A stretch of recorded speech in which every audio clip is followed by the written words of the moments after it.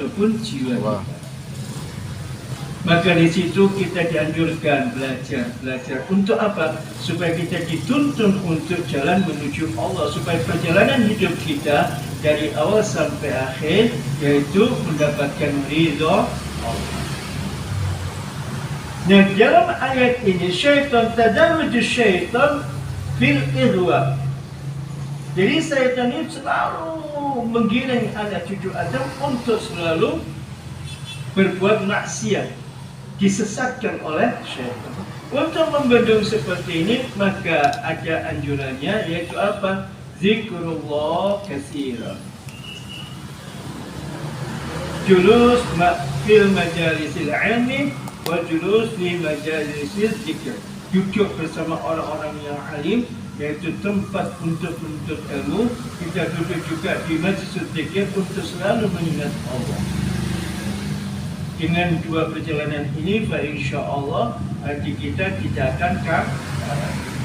Maka yang kemarin saya katakan, innal quluba latasadda wa jala'uha qira'atul Qur'an, dzikrul maut, julusul ma'al ulama atau majlisul ilmi wa julusul majlisul dzikr.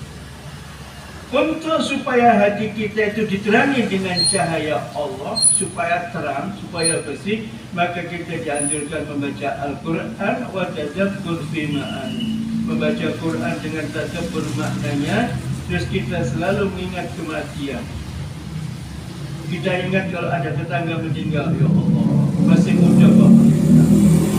Sudahkah dia mempunyai persiapan? Kembali kepada diri kita sendiri, apakah kita sudah siap sewaktu-waktu akan dipanggil Allah? Tabungan apa yang kita simpan di akhiratnya? Sudahkah kita mempunyai tabungan yang berlebihan atau kurang? Dengan kekurangan dan introspeksi, hasibu, kata Sayyidina Umar, hasibu qabla an tuhasabu. Kita harus menghitung amal perbuatan kita itu sendiri dari pagi sampai malam, mengingat, oh, dosa apa yang saya jalankan pada waktu pagi. Kita hibah, namimah, kita ngerasain orang, kita hasud pada orang, kita membenci orang dan lain sebagainya.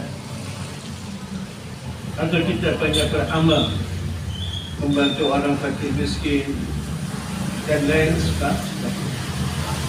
Nah, disitulah kita kalau selalu mengintrospeksi diri sendiri, maka insya Allah kita akan selamat dunia dan akhirat. Jangan sampai punya hukukul adam, yaitu kita menzalimi orang lain.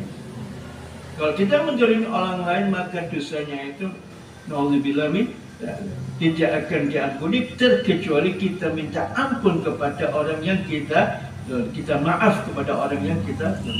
Maka gak enak-enak itu, berat. Untuk mencapai surga itu gak semudah apa yang kita bayangkan. Kalau Anda hanya membaca, oh, baca fadilah ini supaya mudah masuk surga, tapi kita tidak melihat perjalanan hidup kita.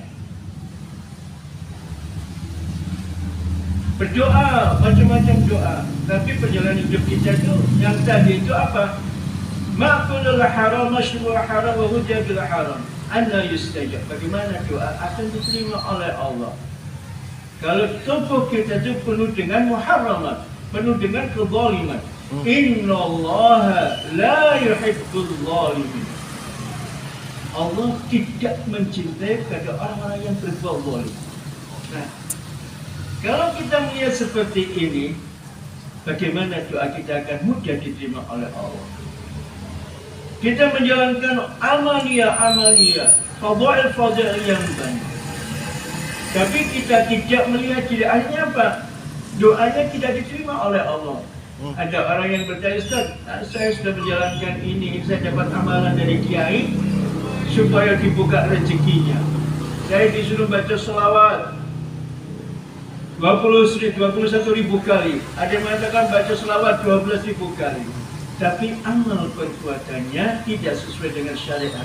Makanannya haram, bajunya haram, banyak mendolimi orang. Bagaimana doa akan diterima oleh Allah? Maka di situ introspeksi.